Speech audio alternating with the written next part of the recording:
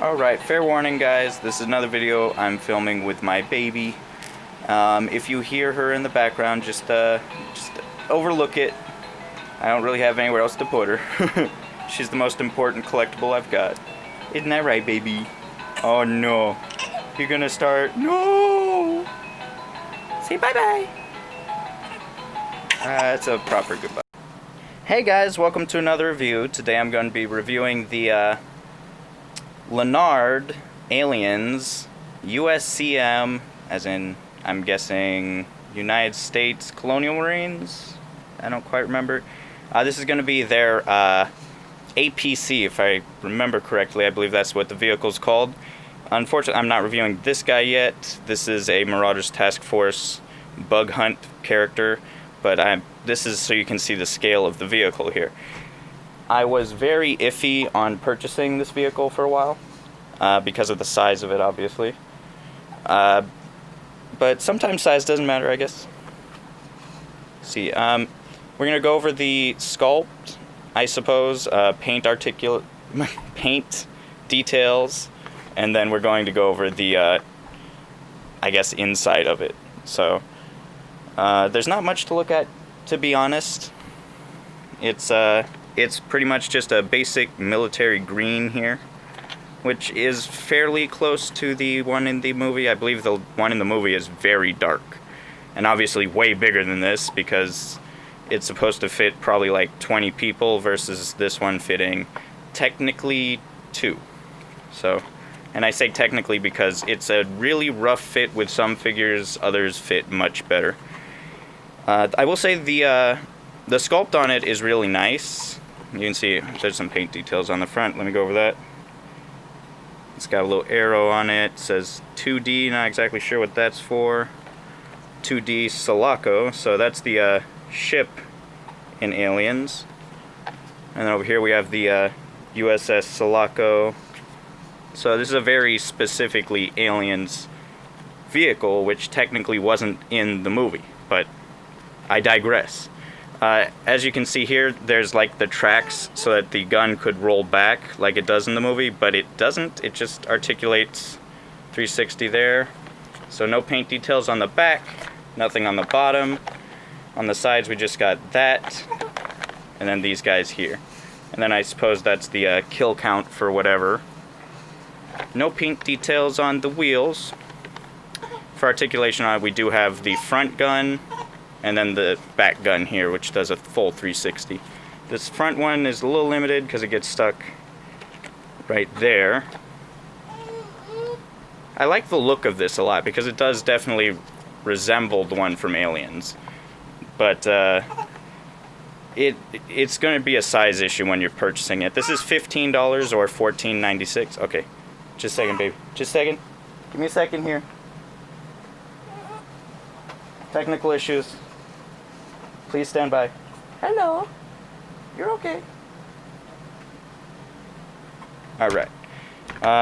If we take a look at the hatch here... Okay. I'm gonna have to pause this for a second.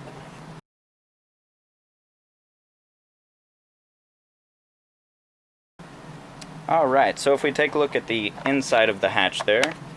Let's see if I can get some focus up in this.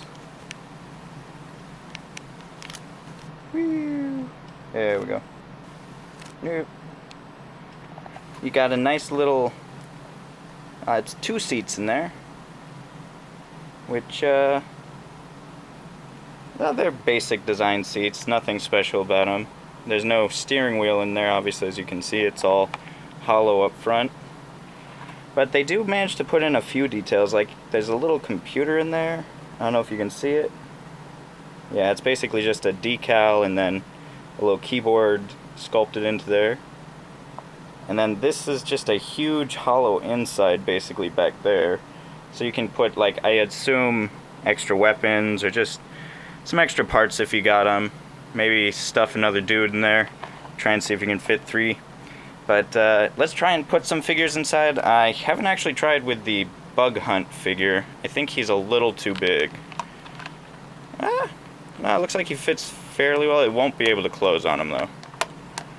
The problem is if they're a little too tall, they gotta like hella lean back kind of fit in there. As you can see, that's a snug fit, but his helmet's just straight up in his face. Let me grab another figure. This is the one I've been using. This is a General Hawk from, I believe, the, which one is it? It's not the Rise of Cobra, it's a different line. It's a nice fit for him. The door can actually close on him. And he looks pretty okay in there.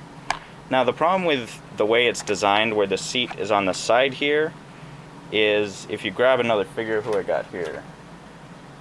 Got another Colonial Marine.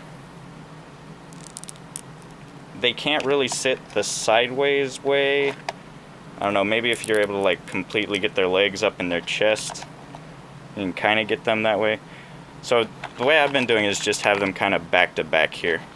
I like to think of it as, in this version of the vehicle, the guy in the back is basically in charge of the gun, so it basically shoots behind, and this guy up front would be in charge of driving as well as firing the gun up here.